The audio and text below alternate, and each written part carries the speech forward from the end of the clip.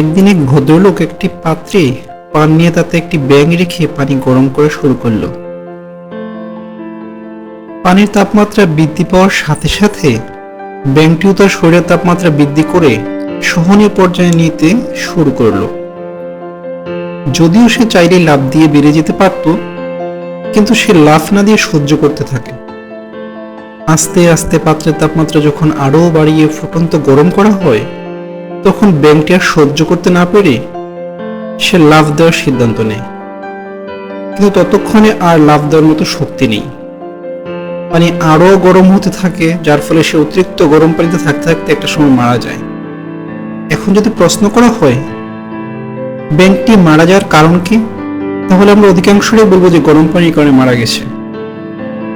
কিন্তু না, সে আসলেই গরম পানির কারণে মারা যায়নি। সে মারা গেছে সঠিক সময়ে লাফ দেওয়ার সিদ্ধান্ত না নেওয়ার কারণে। ঠিক তেমনি প্রতিটি মানুষের স্থান, কাল, পাত্রভেদে এক একটা বিষয় সহ্য করার ক্ষমতা থাকে। আমাদের প্রত্যেকের মনে রাখতে হবে, ক্ষমতা থাকা অবস্থায় সঠিক সিদ্ধান্তটি সঠিক সময় নিতে হবে। আবেগ ভালোবাসা দেখিয়ে দেরিতে সিদ্ধান্ত না নিয়ে সঠিক সময়ে সিদ্ধান্ত নেওয়া উচিত।